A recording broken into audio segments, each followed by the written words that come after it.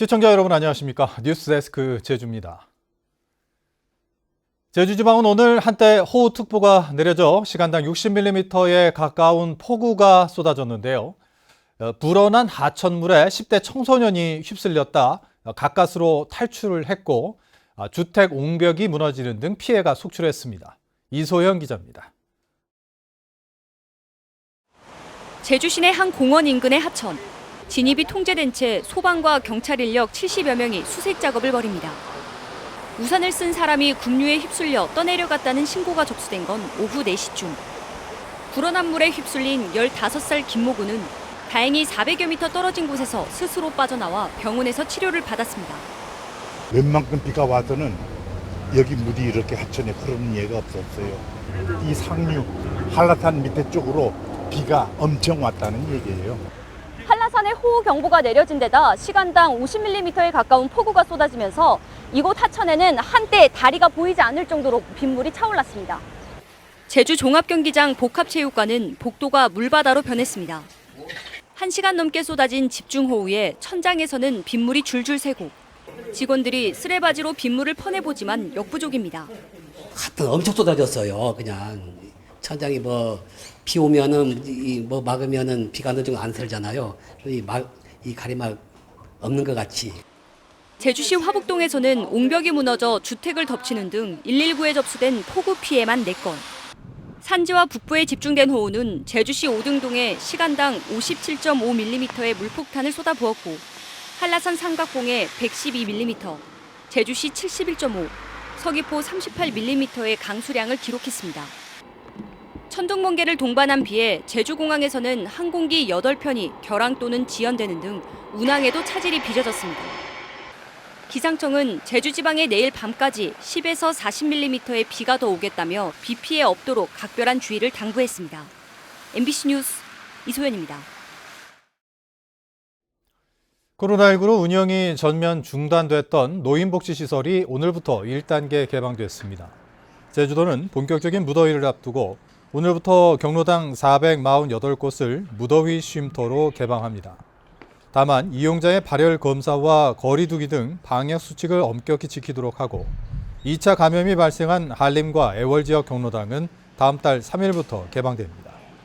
2주 뒤에는 10명 이내의 소규모 프로그램을 시작하고 코로나19 위기 경보 수준이 심각에서 경계로 낮춰지면 시설을 정상 운영할 방침입니다. 제주 지역 국회의원들이 1호 법안으로 꼽았던 제주 4.3 특별법 개정안이 국회에 공식 발의됐습니다. 국회의원 133명이 참여한 데다 제주 국회의원을 포함해 발의를 주도한 민주당이 국회 과반 이상을 차지하면서 통과 전망도 밝아졌습니다. 김찬영 기자입니다. 제주 4.3 특별법 전부 개정안이 21대 국회 개원 50여일 만에 발의됐습니다. 오영훈 의원의 대표 발의로 민주당 의원 126명과 미래통합당 의원 1명 등 국회의원 133명이 공동 발의에 참여했습니다. 제주 4.3 사건 진상규명 및 명예회복을 위한 특별법 전부 개정안을 국회 사무처에 제출하고 제주 4.3 유족회는 국회 기자회견에 참석해 감사의 말을 전하고 여야 합의로 올해 안에 통과시켜달라고 호소했습니다. 제주 4.3 사건이 완전한 해결을 통해 더 이상 과거에 묵인하지 않고 새로운 대한민국이 미래로 전진할 수 있기를 간곡히 기원드리면서 이번 개정안에는 4.3 당시 군사재판의 무효화와 일반재판 범죄 경력 자료 삭제를 비롯해 민간인 집단 희생사건 배상금에 달하는 희생자와 유가족 보상 내용 등이 담겼습니다.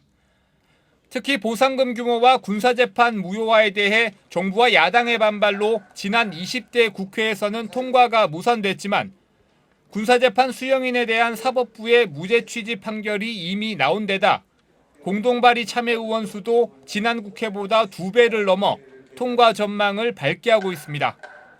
지금 민주당이 지금 176석, 180대 숫자가 많아졌다는 거 하나. 그리고 이제 계속 이 통합당에서 계속 깽판 넣고 있는데 이제 그걸 여러 번 경험을 했잖아요. 이번에는 이제 강하게 밀어붙여야죠. 하지만 국회의석 3분의 1을 차지한 미래통합당 의원은 단 한 명만 참여한 상황에서 지난 국회 때 예산을 이유로 법안 처리에 난색을 표했던 기획재정부까지 야당과 정부 부처에 대한 설득이 핵심 과제로 떠올랐습니다. MBC 뉴스 김찬년입니다. 요즘 원희룡 지사의 인사가 잇따라 논란과 구설을 낳고 있는데요. 이번에는 이명박 정부 당시 4대강 사업에 관여했던 원 지사의 측근이 제주 연구원장에 내정돼 보훈 인사와 측근 인사를 넘어 향후 정치 행보를 겨냥한 게 아니냐는 의혹까지 사고 있습니다. 오승철 기자가 보도합니다. 지난 2015년 8월부터 제주 그린빅뱅 추진위원장을 맡아 원희룡 지사에게 탄소 없는 섬 정책에 대한 조언을 해왔던 김상협 제주연구원장 내정자, 이명박 정부의 녹색성장 환경비서관을 지낼 당시 한나라당 사무총장이었던 원 지사와 친분을 쌓아왔습니다. 문제는 김 내정자가 4대강 사업에 적극 나섰고 제주 실정에도 그리 박지 않아 제주연구원장에 적합한가라는 점입니다. 이명박 정부 당시에 4대강 사업을 이렇게 찬동한 인사인 만큼 제주도가 추구하는 청정과 미래의 공존가치와 좀 배치되는 게 아닌가, 그런 측면에서 좀 부적합한 인사로 보입니다. 음주운전 사고를 일으켰던 김태엽 서귀포시장과 자신의 지방선거를 돕다 선거법 위반 혐의로 벌금형을 받은 오경생 전 서귀포의료원장을 제주의료원장에 임명하는 등 최근 원지사의 보훈 인사, 측근 인사를 일일이 나열하기도 힘든 상황. 여기다 오는 10월 임기가 끝나는 제주관광공사 사장 후임에 원지사의 대학 후배인 김헌 전 제주도 협치정책실장이 유력하다는 소문이 벌써부터 파다합니다. 일각에서는 2년 앞으로 다가온 대선과 지방선거를 동시에 겨냥한 포석이 아니냐는 의심의 눈초리를 보내고 있습니다. 어떤 낙하산, 보훈성 인사, 그리고 향후에 본인의 어떤 행보에 그게 축을 맞추는 인사이기 때문에 도민들이 매우 불편한 시각으로 보고 있지 않느냐 생각을 하는 거죠. 인사가 만사라는 말은 잊혀진 지 오래고 인사가 참사가 되지 않기를 바란다는 우스갯소리까지 도청 안팎에서 나오고 있는데 분명 곱씹어봐야 할 대목입니다. MBC 뉴스 오승철입니다.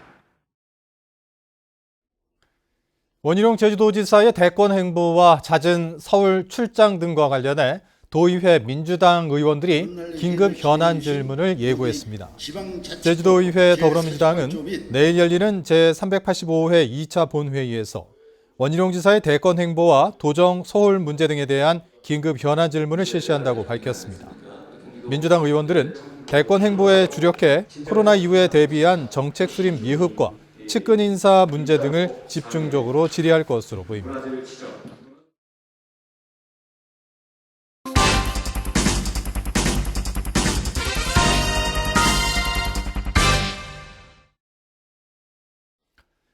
몇 년 전부터 환경 파괴 논란이 일고 있는 제주 동물 테마파크 개발 사업은 도지사의 최종 승인만 남겨둔 상태에서 람사르 습지위원회가 반대하는 바람에 제동이 걸렸는데요. 제주도가 갑자기 이 람사르 위원회를 통째로 바꾸겠다고 나서는 바람에 위원장이 반발해 사퇴하는 일까지 벌어졌습니다. 조인호 기자입니다. 동물 테마파크 개발 사업이 추진되는 제주시 조천읍은 2018년 10월 세계 최초로 람사르 습지 도시로 지정된 곳입니다. 이 때문에 제주도 도시건축심의위원회는 한 달 뒤 동물 테마파크를 통과시키면서 지역 주민은 물론 람사르 습지 도시 관계자와도 협의하라는 조건을 붙였습니다. 이에 따라 사업자는 선을 1위에 7억 원을 주는 조건으로 상생 협약을 맺었지만 람사르 습지도시 지역관리위원회는 개발에 반대하는 청원서를 제주도에 제출한 상황. 그런데 제주도는 지난달 23일 람사르 습지도시 운영 규정을 만들어 9월 1일부터 위원회를 새로 구성하겠다는 공문을 보냈습니다. 현재 환경단체 인사가 맡고 있는 위원장을 공무원과 민간인 공동위원장으로 바꾸고 4년 전 조천읍이 추천했던 위원들도 제주시장이 새로 임명하겠다는 것입니다. 명문화된 분이 하나도 없어서 운영이 제대로 되지 안 하고 있습니다. 그래서 그 작년에 5월달에 그 수치 부정액 관리 조례가 개정이 되겠지만 그래서 그런 부분을 감안해서 이에 대해 람사르위원회는 제주도가 동물 테마파크 허가를 내주려고 위원회를 입맛대로 바꾸려 한다며 반발하고 있습니다. 위원장은 사퇴 의사를 밝히고 국가인권위원회에 조사를 요청했고 일부 마을회는 제주도는 물론 환경부에도 항의하는 방안을 논의하고 있습니다. 수없이 제안을 하고 회의에서도 나왔음에도 불구하고 그동안 가만히 있다가 갑자기 왜 지금 와서 이것을 하는지 제가 보기에는 동물 테마파크 때문에 반대하는 제가 껄끄러웠을 것이다. 동물 테마파크는 올해 말로 사업 기간이 끝나 람사르위원회가 계속 반대하면 도지사가 허가를 내주기 어려운 상황이었습니다. 제주도가 람사르위원회를 개편해 사실상 동물 테마파크의 마지막 걸림돌을 제거하는 수순에 들어가면서 논란은 더욱 커지게 됐습니다. MBC 뉴스 조인호입니다. 한편 제주 동물 테마파크 추진위원회는 사업자인 대명그룹과 맺은 상생협약에 따라 마을 발전기금 7억 원 가운데 3억 5천만 원을 미리 받았지만 개인적으로 횡령하거나 사용한 적은 없다고 해명했습니다. 추진위는 반대 측 주민들이 제기한 고소 고발에 대응하는 과정에서 사업자가 소개해준 변호사에게 상담을 받았지만 변호사 비용 지출 등 금전 거래는 없었다고 밝혔습니다. 우도 해중 전망대 사업 찬반 논란이 청와대 국민청원으로까지 번졌습니다. 국민청원 게시판에는 우도의 자연환경이 파괴되고 있다며 우도 해중 전망대 사업에 반대한다는 청원이 어제 올라와 700여 명이 동의했습니다. 또 오늘은 해당 사업은 지역 주민이 승인한 정당한 사업이라는 찬성 청원이 게시돼 200명에 가까운 동의를 얻었습니다. 우도 해중 전망대 사업은 우도 앞바다에 길이 130m의 다리를 연결해 17m 높이의 전망대를 세우는 사업입니다. 비자림로 시민모임은 기자회견을 열고 공사 재개와 중단을 반복하는 비자림로 사태에 대한 결단을 촉구한다며 원희룡 지사와 면담을 요청했습니다.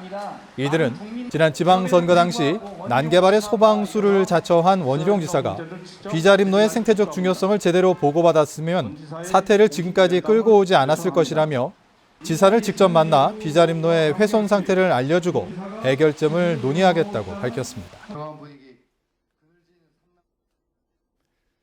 제주시는 유흥주점 출입 명부를 작성하지 않아 역학조사에 지장을 준 코로나19 제주 26번째 확진자와 한림읍 호박 유흥주점 관리인을 감염병 예방 및 관리에 관한 법률 위반 혐의로 경찰에 고발했습니다. 또 제주시는 유흥주점과 단란주점, 노래방에 대한 이용자 출입 방역 수칙에 대한 점검을 벌여 출입 명부 작성을 소홀히 한 업소 2곳에 시정 명령을 내렸습니다. 코로나19 여파로 연기됐던 제주 지역 학교의 수학여행이 전면 취소됐습니다. 이상으로 뉴스데스크 제주를 모두 마칩니다. 시청해주신 여러분 고맙습니다.